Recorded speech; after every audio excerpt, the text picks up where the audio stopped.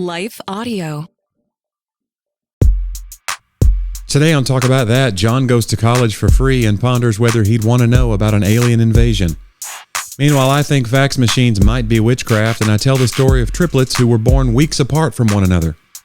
Plus a conversation about finding God amid the obstacles of modern life. Today's episode is not sponsored by Apple's new Vision Pro virtual reality headset. The future is here, and you cannot afford it.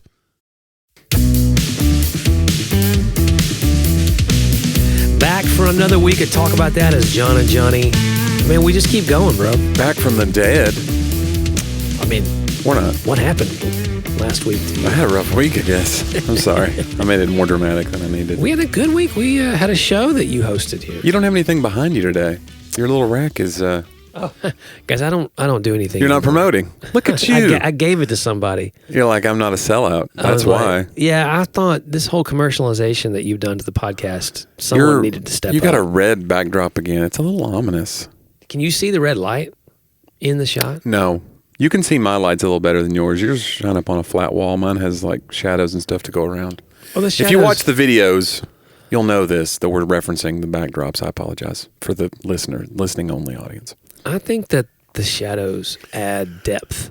Okay. You know, they add like that nuance, that That's how I feel about my character. ambiance. I'm like, I need the darkness so that you can see that there once was light. I don't know. That's Isn't what I tell that what my... a shadow is, though, Johnny? That's what I tell It's where myself. light once was. Come on now. I don't think that's what shadow is at all. No, it's not. And you want to be a shadow scientist? I don't think so. Hey, we need to let you guys know that there's a good chance this is going to be a shorter episode. John has a work thing, and he's very important. I don't know. I'm still waiting on confirmation of it, but someone's trying to move a meeting that I have to attend. So Yeah. And this So we is the thought we- only time Johnny can do it because God knows he heads out of town tomorrow for another 14 days because blah, blah, blah. I'm Johnny. And I'm sick of it. I'm going to Dorchester, Wisconsin for the 150th anniversary of Dorchester Days, which is their 4-day festival. Dorchester Days. It is a town of 820 people currently. Hey, man, that'll be fun. There will be fireworks after my show. There'll be fireworks during your show, if you know what I mean. Let's hope not. Okay. Wisconsin crowds can get a little frothy. They can get rowdy. a little well lubricated. Are they serving? Yeah, this is a secular event, so yeah, this will be interesting. Secular, that's funny. You like that? This is that's what Shonda Pierce, my friend Shonda Pierce, used to say, that she doesn't do comedy clubs. She mostly does. But she says, I've been in a lot of churches that could have used a 2-drink minimum. And I feel that way too. I've been in some churches where I was like, man, these people need a martini. So there'll be like an open bar or something at this particular event? There'll be food trucks and lots of kegs outside. So there's no telling what show. might happen. There's no telling. Well, you never know with my show anyway. It's so zany. You got to wear the poncho on the front 2 rows. That's not true. Please come to my shows. But anyways, from there I go to Artesia, New Mexico. Is that where the artesian wells are? I don't know. Okay. I thought that was where is an artesian well from? I thought that was somewhere in Europe. It's probably named after them, though. You think Artesia. They probably need wells there. It's a desert. It's a desert town. To name a desert town Artesia Yeah. is either... It's an arid place, John. It's next either door to incredibly Roswell. ironic, or it's like there's a... I've been to this church before, and I think we talked about it on the podcast, but it's right. The next town over is Roswell, New Mexico. Yeah. Which you told me today that a lot more things have been declassified now about the U.F.O.s. Or they're declassified. There's like some whistleblower people coming out saying... But are these like crackpot whistleblowers, or is this like legit people? Legit people... You're saying that they're not just saying like, oh, these are officially unidentified flying objects. We're not going to say alien. You're saying, they're saying... These people who used to work for the State Department. So there's a guy, I don't know, I got to go back and reread it. They found alien craft. Yeah, there's a guy saying that he knows... Not like crafts, like a little macrame. Ooh, look, macaroni, and it's glued to a board. It's in the shape of a Capitol building. No. Turns out it's not an alien. That's an alien. Just Those a are little alien. kid making the eyes bigger. Those are alien crafts. Right. That's not the same thing at all. We're talking about a spaceship. There is someone, it was like a Washington Post article. Yeah. And the guy was saying that he knew someone who at the top secret level who has told him. Right.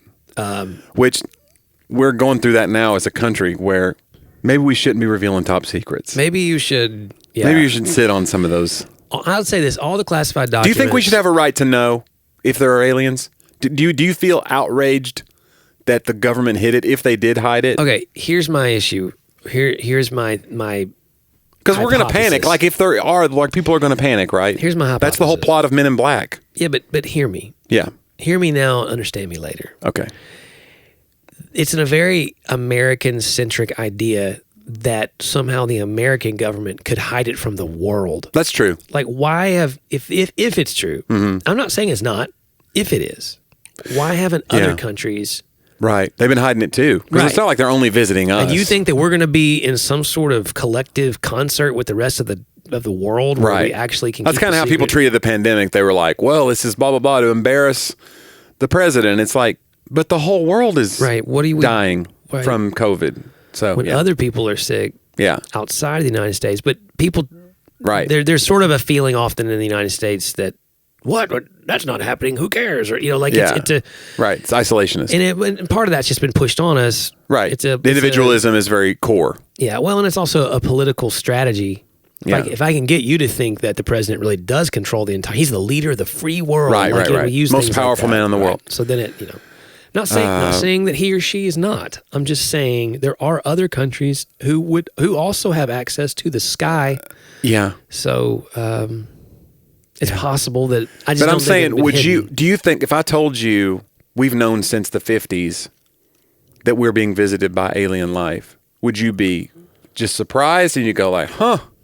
Or would you be like mad because you feel a right to know?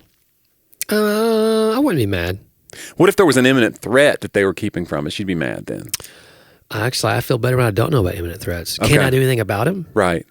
Yeah. What are they going to ask me? Like in Men in No. What if some of our Are they going to ask me like Independence Day to get into a prop plane or something? And here's when you go down the rabbit hole. What if some of our technology is from this, and we've been in partnership with the aliens the whole time? That's why we have the iPhone. We've gone so much further lately. Right. Think about the last 20 years, 30 years. There have been leaps and bounds. Now you have AI. What if AI is alien technology? Alien technology this whole time. It's right there. Yeah. Because think about it. Like, John, I don't understand how a fax machine works. No, you don't. You've always A document goes through a phone line and comes out the other end? Get out of here. Witchery. How? Well, Johnny, I don't know. I understand email more than I understand a fax machine. Yeah. Fax machine is a landline. Yeah, somehow with a printer. And the fact that they could do it when they did it technologically before. Yes, way before. It seems as if that it's almost more technologically advanced. Well, somebody was talking about how, like we talk about alien technology, and I'm not sure if I believe it or not. I'm trying to go there with people. And there was somebody on a podcast, and they were talking about if you showed somebody in the 1920s or 1910s a nuclear reactor, a working nuclear reactor, they would think that it was witchcraft. Yeah. You know what I'm saying? Yeah. Or if you went to the 1700s and showed them an iPhone. So it could just be that like alien technology is going to just look like magic to us. But I think a lot of things are magic. Like I don't understand the iPhone. If you told me, no, this is how a touchscreen works, I still would be like, I don't understand. I still don't understand. Remember who like radio. Think about radio. Terrestrial radio does not make sense to me. Remember our friend Dave Altizer when he showed his uncle or whatever an iPad? Oh gosh, it was the best video. For the first time. It was so good. What did he say? What was his big? I can't remember. He goes, I can't believe it. I can't believe it. Yeah, he couldn't believe. He kept saying, I can't get over it. Yeah, that there was like a touch screen in his hand. He was giggling like a little boy. Yeah, and this is a 70-year-old man. It was so. But he had been like not exposed to tech for some reason. Right. At all. Yeah, he lived out in the middle of like the farm area of California, like Bakersfield area. So he jumped past flip phones, all of it. Just imagine you just went one day from rotary to iPad in your hand, and he was like, but it was the joy of it. It wasn't like, oh boy, what's this gonna do? Yeah. He was like immediately just enthralled with it. He was immediately so on beautiful. TikTok wasting his life away. Yeah. He was actually really productive before that. Ever since. He has just makes dumb videos. Yeah, that's all he does now. He was making like real things with his hands before that. Right. It ruined his life. He doesn't talk to his family anymore. Yeah. He only talks to his subscribers. That his patrons. He has a Patreon. He's like, guys, if you want the Christmas card, you have to join my Patreon. Funny, it just ruins him. I mean, not funny if he really got ruined. No, but it was a beautiful moment to me. It was just such a funny, pure reaction. Yeah, it's like when those videos where they play like Led Zeppelin for like a 7-year-old girl. Yeah, so she's hearing, Black Dog for the first time. Yeah, and they're reacting in real time to this. I mean, it's unbelievable. Yeah, visceral moment hearing that for the first time. And I just think those are such funny videos. Sometimes they go, what is this? Their ears aren't, right. They're so primed now for computerized music. But most of the time they're just like, whoa. Uh-huh. You play Back in Black by AC/DC to some kid and they're just like, holy moly, it makes you feel something. Yeah. And so I love that. And so that's kind of what that moment was with David's uncle. It's so funny. Oh, that's great. You know what? And moments are important, Jonnie. And I think this is a great moment. Don't you? For us to just stop and hear from a couple of our sponsors. Okay.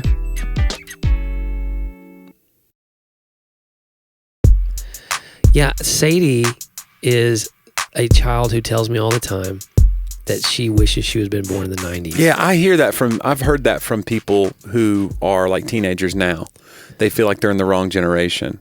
Like, I don't know if they know what defines their generation. They don't, but at the same time, they're saying it under the auspices. They're forgetting what they would be giving up to go back. They just think they would get all the good stuff, but you would take away the technology, they like. They like it. They just don't like people not being soulless, looking at their phone all day. But at the same time, there's a lot of...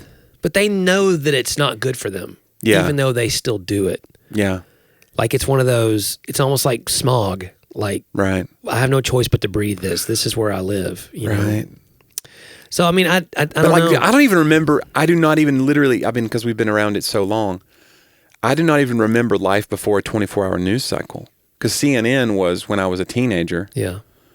And that's when it kind of was like, how are they going to... Right. What are they going to come up with? How are they going to do news 24 hours a day? And now it's like, there's no way to not do it. Right. Even though we know they're just regurgitating and making us... They got to figure out, like, how can we make people angry with this story? How can we keep this story hot?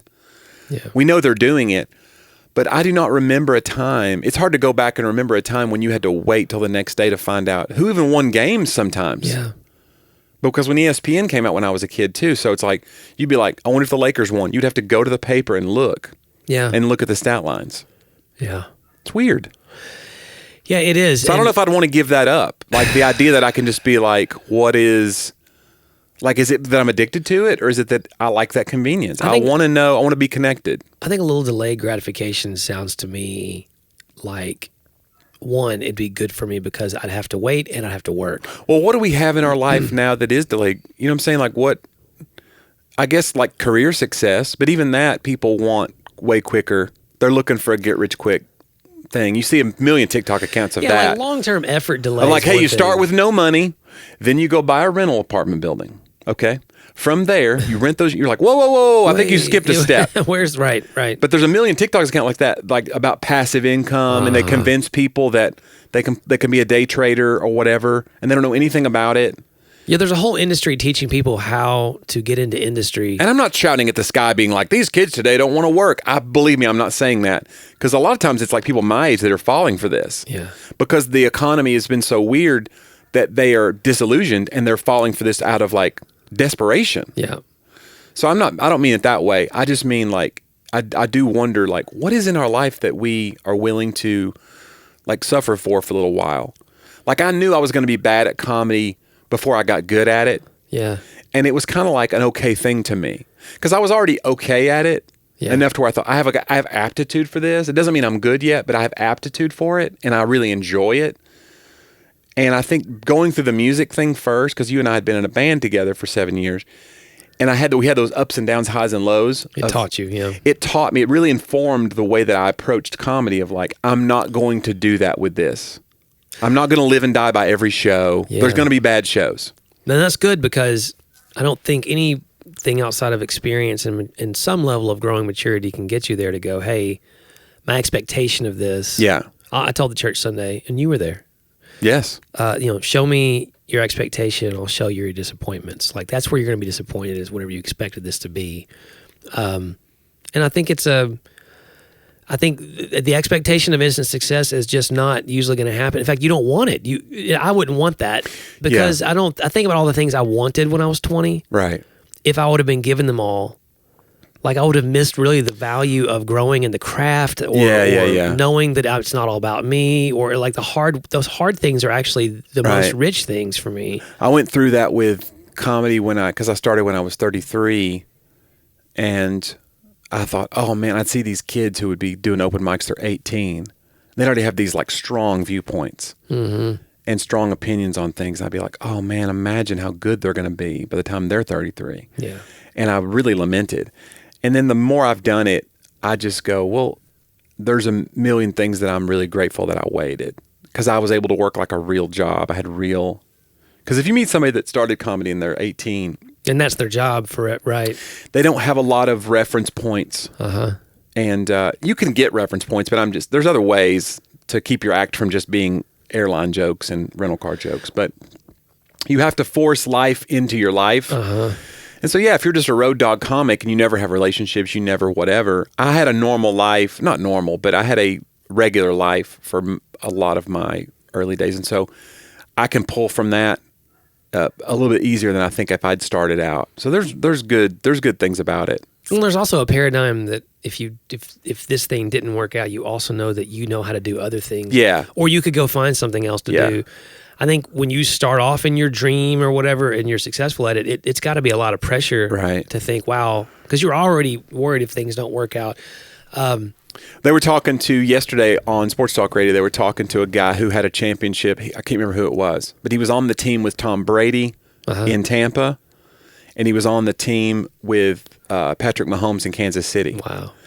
And they were saying, is it better because they're talking about Denver having homegrown their team versus somebody who kind of buys a championship. You just get a bunch of free agents. Like Kevin Durant goes to the Suns. And they trade away a bunch of players, and now you have Kevin Durant and Chris Paul and Devin Booker, which it didn't work out this year. So they're talking about, is it better to have grown a team from scratch or to buy a team? And they go to the guy and they think he's going to say like, whatever, of course, we love the championship. He goes, either one. He goes, both were really fun. He goes, we got all those players to come to Tampa because Tom was going to come out of retirement for a year, whatever. Yeah. And it was great.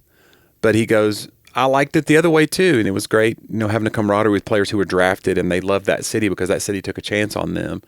To me, as an outsider to sports, I think a championship, like Golden State, they draft Steph Curry, all that stuff, like, to me, that's beautiful. Like, that's what you want. It's better. It's just better than if LeBron comes to your town. I'm a LeBron guy, but if LeBron just comes to the Lakers and then they win a championship, it is different. Yeah. Well, there's an allure to newness and to being good to put something in place that goes well. Yeah. There's always an allure to it.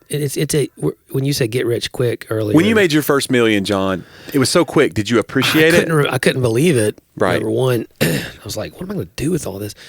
And I started a podcast. Yeah. Immediately. That's exactly what you want to do. You go buy some gear. Yeah. No, I just think it's that like, I look at 19 years. I was meeting with some guys I just met, and with an old friend, and somehow it came up that I'd been here for 19 years. And one of them looked at me like, "You've been in this church for 19 years?" Yeah, because it's odd, and you're not the lead pastor. You know what I'm saying? Right. And I was like, "Yeah, there's even some shame sometimes." It's weird of not taking more. Right, people like want to say like, "Well, did you not?" What's going on? Or did you not want to do your own thing, or did you? Yeah, especially if it's not some hugely, in the world's eyes or church world's eyes, even successful thing. But there have been, and I certainly have those choices and all those things. I don't throw that on anybody else. I do know where I feel. I do know I've never felt released, if that's a good word. Yeah, I think God will be with me whatever I did, as long as I'm seeking His will. But there is also there is a stability or a sweetness to looking back, especially in relationships. I mean, that's where life is. Right. And going, like I had again, Aaron over to the house I mean, when I first came here, Aaron was 4 or right. 5.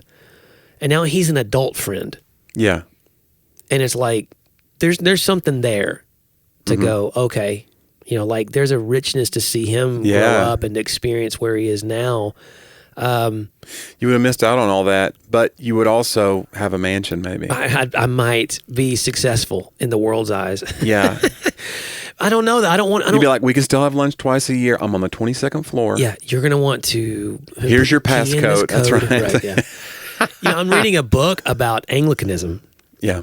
And there's something he talked about in there about sort of the rhythms of the non-modern world up to like the 20th century. Most people did not have electricity, so when the sun came up, you woke up, and then you worked, and then you ate your one main meal of the day, and then it was really hot in the heat of the day, and you rested for a few minutes or an hour or two, and then you went back to work. And when the sun began to come down, it was time to stop working, and you would gather with your family or the people, your neighbors, your community, and you would sort of enjoy the evening. Yeah. And then when the sun went down, you went to bed.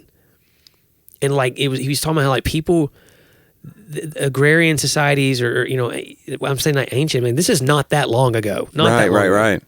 And he was like, it wasn't hard for people to see God in the rhythms of nature and life because they were connected to those rhythms. Yeah. And his whole point is like in the modern world, you don't have to have those rhythms at all now. Yeah. You have artificial light anywhere you go. Yeah, we're connected to machines. Exactly. And he was like, we're wired in. And he made a couple statements that really struck me. He's like, we don't know our neighbors, which is unheard of. Like, we don't. There's people on my street, I don't know their names. Yeah. There's a lot I do, but a lot I don't. Yeah. And then, but we do have significant relationships with people who live 1,000 or 2,000 miles away. Mm-hmm. Like, which that's new. That's brand Yeah, new. They like- would never have had that. yeah, you'd have been waiting on a letter. Yeah. Like significant relationships. The wagon train to come through. Daily connection kind of thing. Yeah. And he was like, we then have to be intentional about creating rhythms that sort of go back to realignment and to rest and to work and to into having those moments, because we don't have to have them now as sort of the natural process has had upon us. So, Yeah, like we need vitamin D, but we don't go out in the sunlight. We have artificial sunlight lamps to keep us from having seasonal affective. Like, you ever seen those seasonal affective lamps that people have? Yeah. And I know that some people don't want to be out in the sun because they don't want to get skin. I get that. It's There's great. but it's just such an interesting thing. Like, we're wired in. Yeah. Like we can reproduce the things. So then it requires intention. And it really just struck with me like, oh, I'm going to have to like. But you talk about like a legacy. You're right. Like, staying somewhere goes against the grain of what people want to push you. Even with me, like, there's a comedian friend, and he used to talk about this. He'd be like, comedy's one of those jobs. If somebody says they're a doctor, you go, oh, cool. You immediately imagine a life that person has. Right. If somebody says you're a comedian, you go, oh, have you been on Fallon? Have you been on, like, there's no top end to what your income or your fame level could be. So they start imagining this stratosphere that you could be in. And they you're start on at the top and start coming down. And you're on a ladder to them. Right. So it's like this trap of like contentment. Contentment is very elusive in an entertainment job because there's no cap on what you could be. So you have to just decide like, no, I'm successful. This is what I do. I do what I love. This is it. And you have to draw yourself back to that again and again. Like Kevin Nealon, who I've worked with a few times, in an interview one time, he talked about Saturday Night Live. He said, I was on Saturday Night Live for 10 years. He goes, you're on it for like 5 years. It was a huge goal of mine. He was a sketch performer, and all he wanted to do was Saturday Night Live. But when you're on there like 5 years, they start saying like, every interview is like, so are you going to do movies like Mike Myers? You're going to do movies like Dana? Like, he was like, I really loved Saturday Night Live. I did not see it as a stepping stone. Right. Like so many people that were on the show. But you start getting pushed out the door by outside forces. And like, what's wrong with you if you haven't gone on to, right? Yeah, it's like you just want to be here. It's like the kid who never left high school or something. You're like, no, this is my dream job. Yeah, and in a world where there's always a ladder, like, people don't know how to ever be at the top and be okay with where they are on it. And ministry's the same way. And we were at a conference the other day. It was within 5 minutes at a table when they find out you're a pastor. It was a conference of pastors. how big's your church? Yeah. Again, I think people do. They start high and start working down to sort of size. We don't mean to. Yeah. And by the way, at the table there was a pastor, so it was like a 200, and there was us, and there was like a pastor at a church of 3,000. And all the questions suddenly diverted to the pastor of the church of 3,000. Yep. He's now the expert on the like, you must just be, man, and everybody's attention's there. Yeah. And it's like, the dude who had 250 next to me is like, he's just as much of a pastor as the guy with 3,000, It's like, I don't love the whole alarmism about like modern society is killing us and all that. I don't love that because I think there's so many good things too. Oh, yeah, and it's sure. just, we're just all broken people and we're just living out what we have. Like if we'd given cell phones to people in the 50s, they would have ruined it too. It would have, what I'm saying? This all would have happened. TikTok would have happened in 1960 if it could have happened. Yeah. So we can't act like it's because of evil. Like not necessarily. There's good things, but I will say, when you talk about like ancient rhythms and people who, just they could see God because they were more in touch with nature and all that, it does make me go like, you're right about that. That probably is true. Like we have to make more of an effort to see God in things, and it's because of our connection to technology. We're so wired in. Well, I mean, Paul in Romans 2, when he says there's really no excuse for anyone in the world, and he's talking to former Jews and Christians, like he's saying we're all equally in need of grace. But his main argument is if you can look at creation, then you can see the handiwork of God. Well, to the ancients, again, their life was very connected to that. That was a much stronger argument, I think, for them then than it is today. Like I can go a whole day without looking at the sky. Yeah. Like I can go a whole day. I don't see a body of water. Like I don't need to go get water out of it to take back to my dwelling. Right. Like, I just turn the knob, Like I don't have to light a fire, Must be nice, John. Oh my goodness. All right, John, well, we need to go back to the old ways and the old days. Oh my goodness. This Week in History, John, it's a segment we call Talk About Then.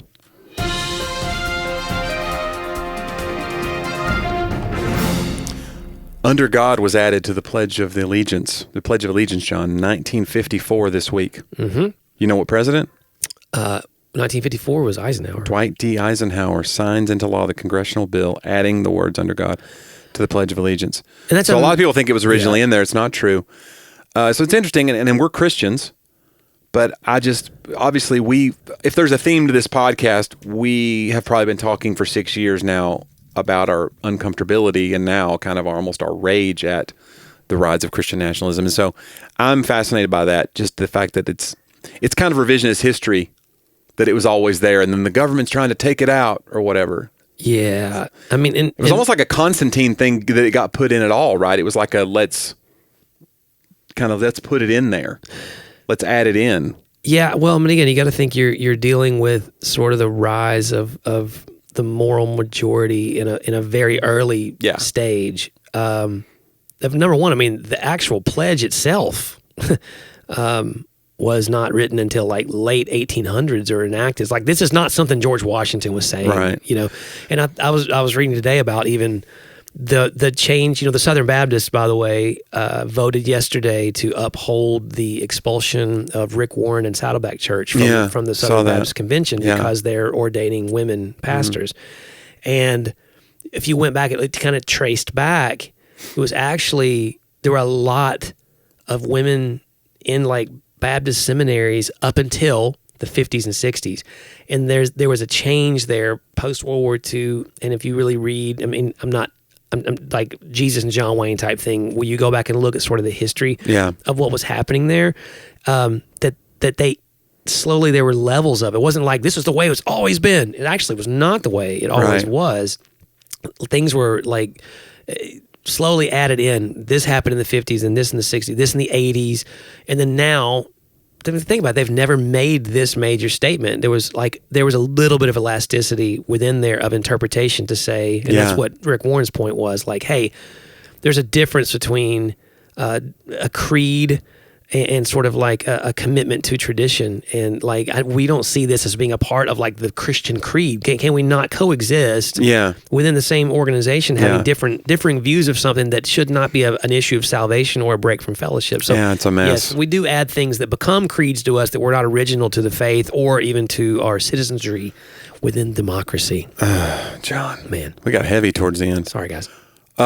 This one just says, what happened to Channel 1? June of 1948, the FCC removes Channel 1 from the U.S. television broadcasting channels. Channel 1's frequency range of 44 to 50 megahertz was then allotted to land and mobile services. Instead of renumbering 2 through 13, Channel 1 was simply removed. There were originally channels 1 through 19. So if you notice that, if you get a television, there's no Channel 1. If you, like the old, even when you got an old television when I was a kid, it would go 2. It would go straight to 2. So interesting. No one knows what's going on, John. But did you watch Channel 1, the show, when you were in school? I did. And John, you want to tell your Channel 1 story? So Channel 1 was like, wasn't Lisa Ling on Channel 1? I think she was. And it was like news and information. For kids. Which people were, again, talk about alarmism. There were a lot of people in my circles who were being like, this is how they indoctrinate our kids. Yeah, I think they were just trying to get kids to learn to watch the news. Yeah. That's what they were trying to do. Yeah. And well, it worked. So believe me. The creator of Channel 1 was a guy named Chris Whittle, who was a University of Tennessee graduate and went on to, he did a lot of also charter school work, but he worked in public education and private education and then this Channel 1 stuff. And he then gave an endowment to the university for the Whittle Scholarship, which was the most important Whittle scholar ever would be I don't remember. Someone is John Carl Driver. But that Channel 1 owner changed. It was the way God used him to change my entire life, because that was my full ride to college. And it was back then a big deal. Now Peyton Manning scholars are the bigger deal than the Whittle scholars. But back then the Whittle scholar was like the top. You were a representative of the university and all the stuff. I'm telling you what. So thank you, Chris Whittle and Channel 1. Yes. All right, last one. And God, today. obviously. We got to go because John's got his big fancy meeting. It's okay. The longest time between the birth of triplets. This week, 1993. Vancouver, British Columbia, woman delivered the last 2 of her triplets. The first baby was born. John, how long between the last 2 and the first triplet? Okay, I'm gonna go crazy. Yeah. 48 hours. You're not even close. Really? 45 days. No. Did they have to? I wonder. I do not know. It makes me think that maybe one of them was born prematurely. Like they're literally not going to have the same birth month. That's crazy. These triplets. There must have been a premature birth of one, but I didn't. Yeah. I need to know more about this story, but because I found out more about the shortest baseball player story. Somebody told me that it was a bat boy and it was a stunt. So it was his only at bat because he was a bat boy, and that Cleveland baseball team owner was known for pulling these kind of stunts. So he put the bat boy up. So we had that last week, where a 3'7" Major League Baseball player. So he was the shortest baseball, but it was just a stunt. And he went on to be Bat Boy. Yes, he was Bat Boy from the Weekly World News. He's Bat Boy. Anyway, yeah, Joe, 45 days. My goodness. That's a long time. But I guess she just went home. I don't think she was in the... I need to find out more. We'll have more next week on that. Well, I'm sure a listener will reach out. Yeah, they'll follow up. They'll be like, actually... We do enjoy hearing from our listeners. I would like to say this. You had some history that was in the mid-20th century, and what we probably should have said last week is man, if you like mid-20th century history, you should check out the Kennedy Dynasty podcast. The best. With our friend Allie Holland, who's been a guest before. She's incredible. Her podcast is great, and it's growing. And so get on that ride while you can, because... And she's now, by the way, a movie producer as well. Yeah. And so there's exciting things coming some fun things we can't announce. Major stuff. Because we'll get in so much trouble. But like she's jet setting. She's on a rocket ship to the moon. Not unlike we were under President Kennedy. Yeah. If you believe that really happened. If you believe that. Hey, you should check out JonnieW.com, man. The guy, he was telling me about just the shows happening in this year. It's just nuts. So many tour dates being added. Chances to see him, man. Go see him live. Too many chances. Go see me more than once. Yeah. That'd be fun. Yeah. Like go in and like chant the joke you want to hear. No, don't do that. Okay. Check out JohnDriver.com to find out all of John's latest projects. He's having a meeting today, so who knows what that project will be. Oh my goodness. 3 years from now, this could be really exciting news. Exciting.